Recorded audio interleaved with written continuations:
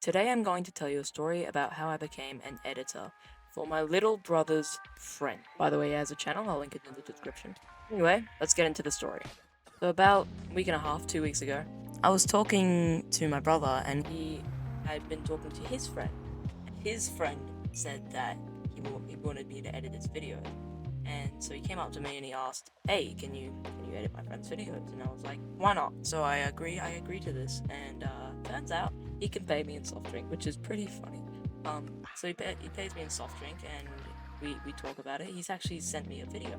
And so yeah, I edited that video completely. So if it's good with me, I'm kidding. I'll link that in the description as well. Yeah, so I was doing that, and I've actually made a video with him now, which will be uploaded directly after I upload this video, so you can go check that out after you watch this. That's mostly the importance of it, but I'm just gonna tell you some fun facts about being an editor.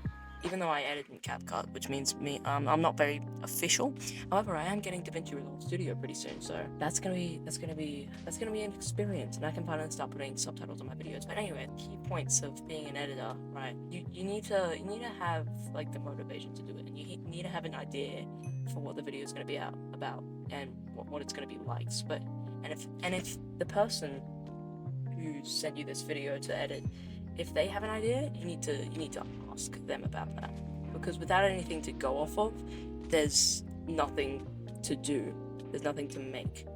And so he didn't tell me much, but I came up with my own idea. I thought it was just gonna be a funny video because the guy seems to be a pretty funny guy most of the time, and so you'll probably see that in his videos that I edit. So that's tip number one. Be creative, and if you can't be creative, ask for ideas from the original person who made it. Tip number two: if you need a break, take a break. When your brain's been working on one thing for too long, it can start to get way too boring. And I know that sounds like an excuse, but genuinely, especially when you are lacking sleep, it can genuinely start to slow down your thinking process. And I've experienced this, and also just take away your ability to have really insanely great ideas. So yeah, I suggest that if you need sleep or if you need a break, then go sleep or take a break. Tip number three, and I know in tip number one I was talking about how, like, in order to be creative and original, you need ideas and whatever. But you don't need to be fully original all the time. Inspiration is something that almost every creator uses, because it it allows you to take things and put your own spin on them.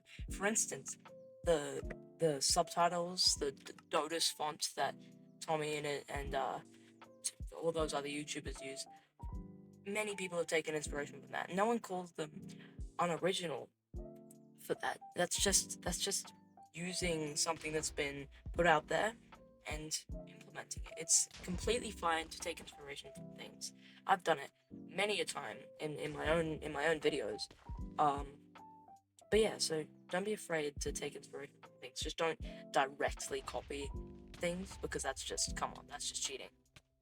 Tip number four: you're allowed to experiment with different editing styles, different editing things. I wouldn't suggest editing, like experimenting different types of edits on someone's video that you're editing. But if you have free time and you want to practice your editing skills and you want to learn, I would definitely consider just going in and just diving head first and figuring out what you're sort of able to do. Look up YouTube tutorials, like maybe you did with this. So yeah, just dive head first and look at all the different things that you're able to use, like all the different adjustments that you can make that can make or break videos.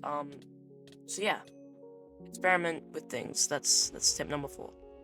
Well, sorry to end the video so soon, but that's all the tips I have. To be fair, I haven't been doing this for very long, and I edit on CapCut, but I will, like I said, be getting DaVinci Resolve Studio, a $500 software. Well, where I'm from, a $500 software. Um, so yeah, I will be getting better at editing as I go. But that's just been my experience and what the suggestions I would like to give out to everyone on the internet, I guess. So yeah, thanks for watching, and I'll see you guys next time.